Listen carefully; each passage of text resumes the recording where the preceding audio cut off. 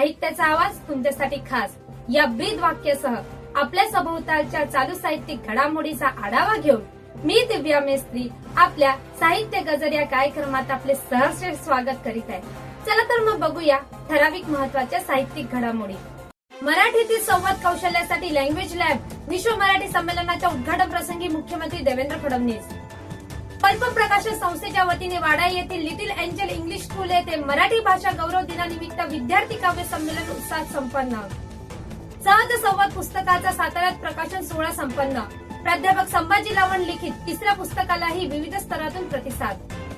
मराठीतील संवाद कौशल्यासाठी language lab विश्व मराठी संमेलनाच्या उद्घाटन प्रसंगी मुख्यमंत्री देवेंद्र फडणवीस। नाशिकमध्ये चौथ्या विश्व मराठी संमेलनाचे मुख्यमंत्री देवेंद्र फडणवीस यांच्या हस्ते उद्घाटन झाले। हे संमेलन नाशिकमध्ये प्रथमच आयोजित करण्यात आले होते, जे गोदावरीच्या काठावर मराठी भाषेच्या समृद्धीसाठी आयोजित सांस्कृतिक स्वाभिमानाचा उत्सव होता। यावेळी उपमुख्यमंत्री सुनेत्रा पवार, संमेलनाचे निमंत्रक तथा मराठी भाषा मंत्री उदय सामंत, कुंभमेळा मंत्री गिरीश महाजन, अन्न व ग्राहक संरक्षण मंत्री छगन भुजबळ, महापौर हिमगौरी आडके यांच्यासह ज्येष्ठ साहित्यिक मधु मंगेश कर्णिक, भालचंद्र नेमाडे, अॅडव्होकेट नितीन ठाकरे आदी उपस्थित होते। नव्या पिढीत मराठीतील संवाद कौशल्य विकसित करण्यासाठी लँग्वेज लॅब कार्यान्वित करण्यात येईल, असे प्रतिपादन मुख्यमंत्री देवेंद्र फडणवीस यांनी येथे केले। मुख्यमंत्री फडणवीस म्हणाले, कितीही आव्हाने निर्माण झाली तरी अभिजात साहित्याला आव्हान मिळू शकत नाही। जगभरातील मराठी माणूस, मराठी भाषा आणि महाराष्ट्राचे तेथील सदिच्छा दूत आहेत। त्यांच्या माध्यमातून महाराष्ट्राची संस्कृती आणि वैभव जगभरात पोहोचते। मराठी भाषेत सर्वाधिक साहित्य तयार होते। मराठी ज्ञान भाषा आणि व्यवहार भाषा होणे गरजेचे आहे। त्यासाठी मराठी विभाग चांगले प्रयत्न करीत आहे, असे फडणवीस यांनी नमूद केले। अरे संसार जसा तवा चुल्यावर, आधी हाताला चटके तेव्हा मिळते भाकर। आखाजीचा देखा जी सन मोलाचा, माझी माया सरस्वती मन वढाया किती हाकला यासारख्या कवयित्री बहिणाबाई चौधरी यांच्या वेगवेगळ्या पण आधुनिक संकल्पनाशी जोडलेल्या कवितांचा जागर नाशिकच्या चौथ्या विश्व मराठी संमेलनात करण्यात आला। जळगावच्या परिवर्तन संस्थेच्या वतीने शंभू पाटील यांच्या नेतृत्वाखाली अरे संसार या सांगीतिक कार्यक्रम या संमेलनाच्या उद्घाटन प्रसंगी सादर झाला। नाशिकमधील कविवर्य कुसुमाग्रज नगरीत 26 फेब्रुवारी ते 1 मार्च 2026 दरम्यान पार पडलेल्या चौथ्या विश्व मराठी संमेलनाचा समारोप संगीतकार अजय अतुल यांना कलारत्न पुरस्कार प्रदान करून झाला। मुख्यमंत्री देवेंद्र फडणवीस यांच्या हस्ते उद्घाटन झालेल्या या 4 दिवसीय सोहळ्यात ज्येष्ठ साहित्यिक भालचंद्र नेमाडे यांना राज्य शासनाचा साहित्य भूषण पुरस्कार, श्री विनायक कुलकर्णी यांना विंदा करंदीकर जीवन गौरव पुरस्कार, नांदेड येथील निर्मल प्रकाशनाला प्रकाशनाचा श्री पु भागवत पुरस्कार, डॉक्टर दिलीप घोणगे आणि इचलकरंजी येथील आपटे वाचन मंदिर यांना डॉक्टर अशोक केळकर भाषा अभ्यासक पुरस्कार, श्री विनोद कुलकर्णी आणि कर्नाटक राज्य मराठी साहित्य परिषदेला कविवर्य मंगेश पाडगावकर भाषा संवर्धक पुरस्कार आदी पुरस्कार याच संमेलनात मान्यवरांच्या हस्ते प्रदान करण्यात आले। तसेच युवा पिढीच्या सहभागावर विशेष परिसंवाद झाले। पल्प प्रकाशन संस्थेच्या वतीने वाडा येथील लिटिल एंजल इंग्लिश स्कूल येथे मराठी भाषा गौरव दिनानिमित्त विद्यार्थी काव्य संमेलन उत्साहात संपन्न।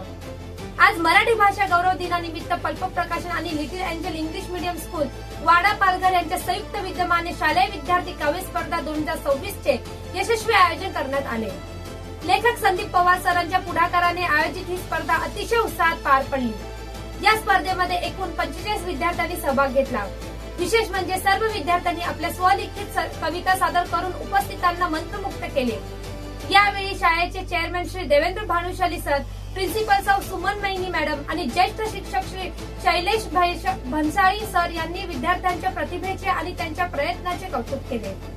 या कवी संमेलनात पल्प संस्थेच्या वतीने सर्व सहभागी विद्यार्थ्यांना सन्मानपत्र देऊन गौरवण्यात आले। कवी संदीप पवार सरांनी या कार्यक्रमाचे अतिशय सुंदर नियोजन केले। स्पर्धेसाठी परीक्षक म्हणून शाळेच्या मराठी शिक्षिका छाया मॅडम, इंग्रजी शिक्षिका प्रेरणा मॅडम आणि हिंदी शिक्षिका अश्विनी मॅडम यांनी काम पाहिले।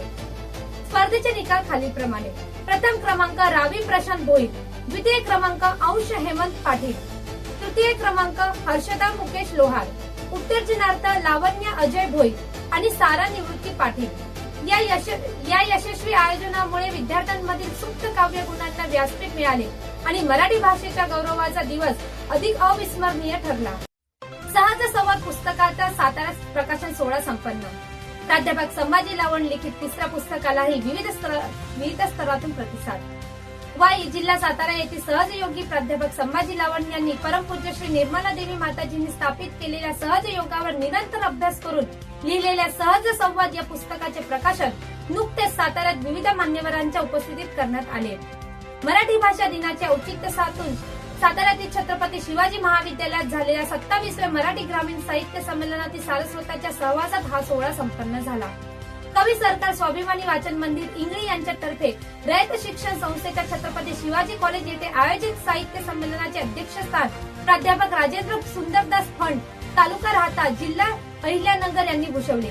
प्रमुख पाहुणे म्हणून महाराष्ट्रातील प्रसिद्ध कादंबरीकार डॉक्टर श्रीकांत पाटील घुमके यांची उपस्थिती होती. डॉक्टर शिवाजी शिंदे सहाय्यक कुलसचिव तथा मराठी भाषा अधिकारी पुण्यश्लोक अहिल्यादेवी होळकर विद्यापीठ सोलापूर यांच्या शुभ हस्ते पुस्तकाचे शानदार प्रकाशन करण्यात आले.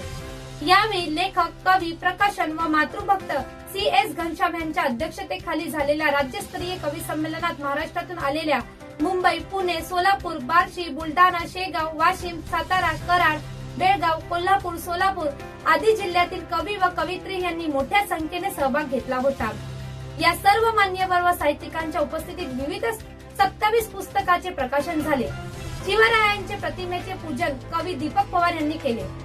सहजयोग या पुस्तकाचे लेखक प्राध्यापक संभाजी लावण हे सेवानिवृत्त प्राध्यापक असून यापूर्वी गुराखी व वलापोप असे 2 ग्रामीण कथासंग्रह लिहिलेले आहेत.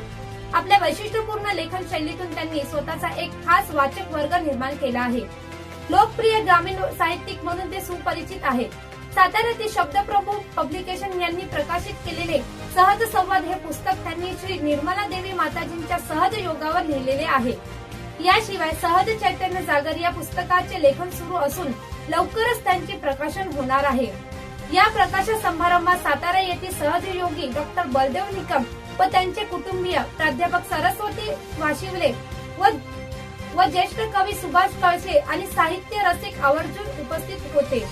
रसिक हो, या होत्या साप्ताहिक चालू साहित्यिक घडामोडी.